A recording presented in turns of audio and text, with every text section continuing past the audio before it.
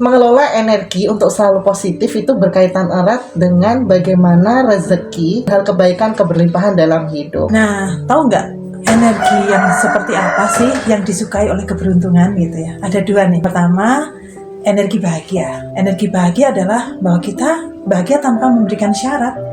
Jangan kita memperoleh sesuatu dulu baru bahagia aja. Dan itu hubungannya ketika kita bahagia itu dengan sehat mental kan. Orang yang mentalnya sehat pasti bahagia. Kita bahas di video yang sebelumnya kan, bahwa mental sehat itu bukan berarti kita nggak pernah stres, galau, kecewa. Bukan, tapi mental sehat adalah seseorang yang ketika kita menerima hantaman, pukulan, seberapa cepat kita bisa bangkit lagi. Nah, itu namanya sehat mental. Kita bisa memanajemen emosi, memanajemen perasaan. Nah, yang kedua adalah energi cinta. Nah, berbicara tentang energi cinta, bagaimana kita berbuat kebaikan. Ternyata kebaikan yang pertama kali kita lakukan adalah kebaikan untuk diri kita sendiri. Bagaimana kita berbuat baik untuk diri kita sendiri, berarti artinya memuliakan diri sendiri, merawat diri sendiri. Sebelum kita bisa berbagi atau berbuat kebaikan dengan orang lain, nah, itu bukan hanya tentang physically ya, tapi juga pikiran, kembali lagi ke kesehatan mental, bagaimana kita mengelola emosi, bagaimana kita mengucapkan hal baik, karena ucapan kita itu adalah kristalisasi dari apa yang kita pikirkan. Betul. Mengalihkan atau kita memendam itu beda banget. Kalau memendam itu kita berarti ada ketidakikhlasan di situ. Yes, betul.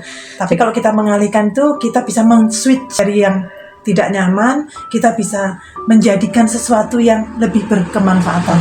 Ada proses sadar yang kita lakukan, karena kita sadar bahwa energi itu sebegitu pentingnya untuk pertumbuhan diri kita, gitu kan, pada keberlimpahan tadi.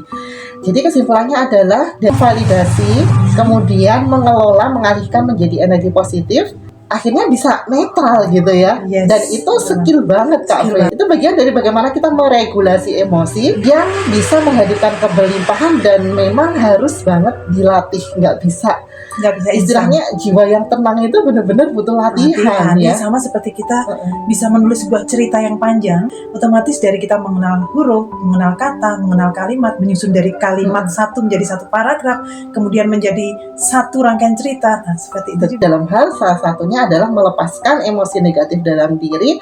Berarti itu kita memberikan ruang untuk diri kita bisa menerima kebaikan-kebaikan. Butuh proses dan butuh kesabaran yang pastinya.